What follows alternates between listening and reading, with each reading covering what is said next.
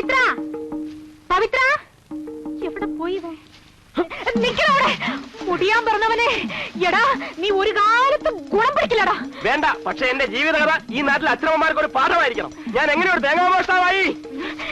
ഇന്ന് ഞാൻ നിനക്ക് കാണിച്ചു തരാടാ. നിന്റെ അച്ഛനിങ്ങ് വരട്ടെ. വരട്ടെ, എന്റെ അച്ഛൻ എന്ന് പറയുന്നത് വരട്ടെ, കംപ്ലീറ്റ് ആയിട്ട് വരട്ടെ.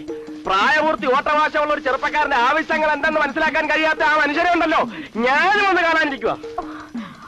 അയ്യോ, പോയോ? ഈശ്വരാ, ഇങ്ങനെ ഒരുത്തനാണല്ലോ എന്റെ വയറ്റിൽ ജനിച്ചത്.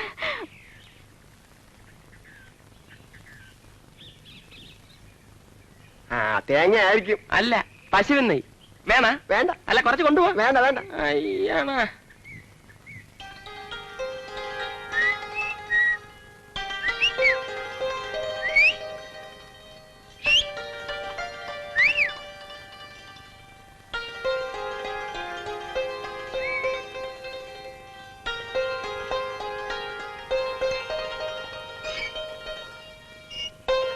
ഒന്നുമില്ലേ? എന്തോന്ന്?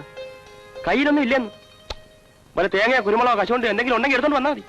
അയ്യ, നിന്നെ പോലെ കള്ളനായി ജീവിക്കാൻ എനിക്ക് കഴിയുന്നില്ല. ഞാൻ നല്ലവനാകാൻ തീരുമാനിച്ചു. ഓഹോ, എന്നാ ഞാൻ വരട്ടെ. എന്റെ കൂടെ നടന്ന് നിന്റെ സൽപ്പേര് കളയണ്ട. അല്ല, കൂടെ നടക്കുന്നതിൽ പ്രശ്നമൊന്നുമില്ല. എന്റെ കയ്യിലുള്ളത് കളവ് മുതലാണ്. 3 തേങ്ങ.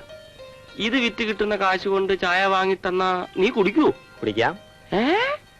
കുടിക്കുവോ? കുടിക്കും. എന്നാ വാ, കുടിപ്പിക്കാം കേട്ടാ.